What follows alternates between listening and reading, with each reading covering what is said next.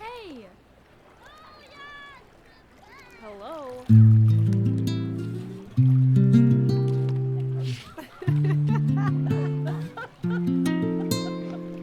À la base, les boîtes, je les conçois sur ordinateur.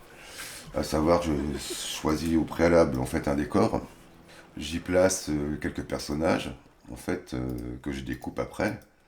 Je fais ma petite mise en scène et ça c'est hyper important pour les proportions, les dimensions et créer aussi une certaine profondeur de champ. Bon après globalement je trouve que c'est presque un peu la même chose qu'un tournage en fait parce que finalement ça se rejoint un peu.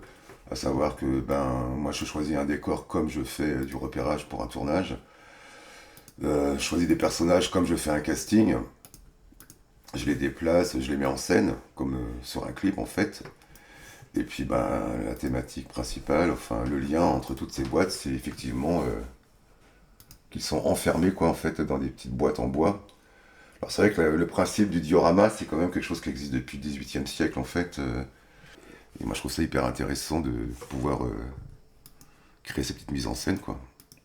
Donc voilà, j'ai rien inventé. Moi c'est des petits dioramas à ma manière en fait.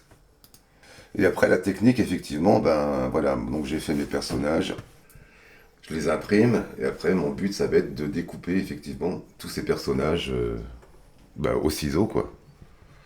Mais bon, voilà, il y a un jour j'ai eu un ras-le-bol du numérique, des écrans. Et donc revenir à des bases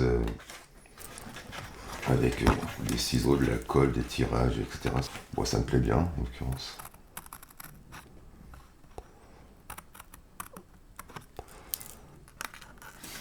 Donc voilà, mon personnage voilà, est découpé. Je contre-colle mon personnage en fait sur du carton plume avec un petit tuteur pour le fixer dans ma boîte. Alors attends.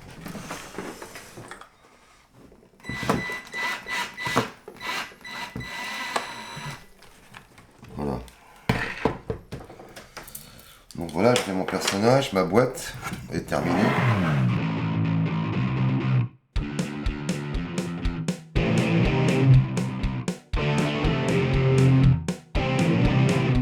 Je pense que j'étais aussi inspiré par mon père. Je sais pas si c'est direct ou indirect, mais mon père était artisan maçon et l'hiver il finissait plutôt les chantiers vers 17-18 heures.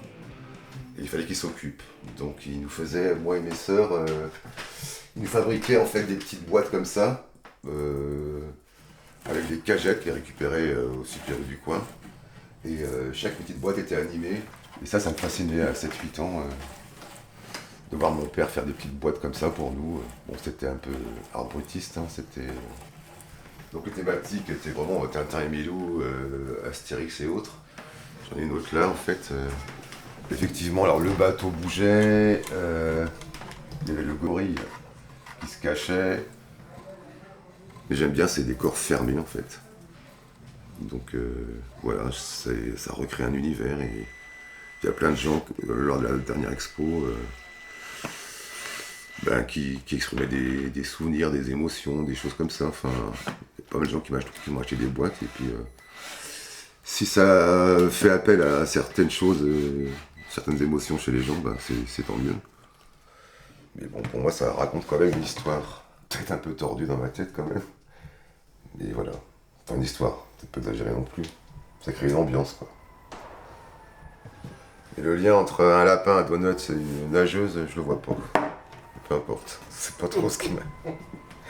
C'est pas trop ce qui me chagrine, en fait.